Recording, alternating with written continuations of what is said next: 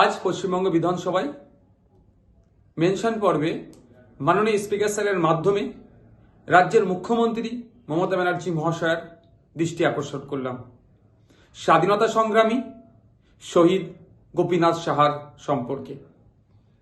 স্বাধীনতা সংগ্রামী শহীদ গোপীনাথ সাহার আত্মবলিদানের কথা মাথায় রেখে তার আত্মবলিদানকে স্বীকৃতি দেওয়ার জন্য তার নামে স্বাস্থ্যকেন্দ্র অথবা শিক্ষা প্রতিষ্ঠান স্থাপনের দাবি জানালাম। কে এই শহীদ গোপীনাথ সাহা? মাত্র 18 বছর বয়সে যিনি 19-এর কোটা পার করেননি, ব্রিটিশদের বিরুদ্ধে লড়াই করতে গিয়ে দেশের জন্য জীবন উৎসর্গ করেছিলেন।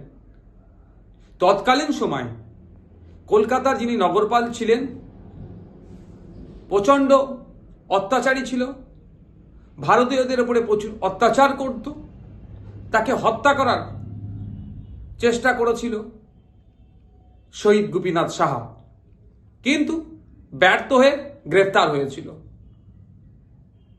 16ই ফেব্রুয়ারি 1924 সালে তার ফাঁসির দিন ঘোষণা হয়েছিল। 1 মার্চ 1924 সালে তেনার ফাঁসি হয়েছিল। দুঃখের বিষয়, জেল কর্তৃপক্ষরা তার দেহ তার পরিবারের হাতেও তুলে দেয়নি।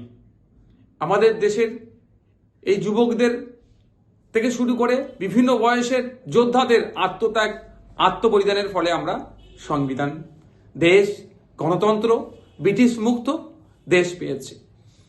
সবথেকে একটা আশ্চর্যের বিষয়, শহীদ গোপীনাথ সাহা যখন তার ফাঁসির অর্ডার যখন হয়ে যায়, এই অর্ডার থেকে ফাঁসি পর্যন্ত স্বল্প কয়েকটা দিন পেয়েছিল। তিনি ভয় পেয়ে দুমড়ে মুচড়ে যাননি। তিনি তিনার শরীরের কসরত করে আরও 5 পাউন্ড বেরিয়ে নিয়েছিল। সেই যোদ্ধার আত্মবলিদানকে স্বীকৃতির জন্য তার নামাঙ্কিত শিক্ষা প্রতিষ্ঠান বা স্বাস্থ্যকেন্দ্র স্থাপনের আজকে দাবি জানালাম মাননীয় স্পিকার স্যারের মাধ্যমে রাজ্যের মুখ্যমন্ত্রীর কাছে।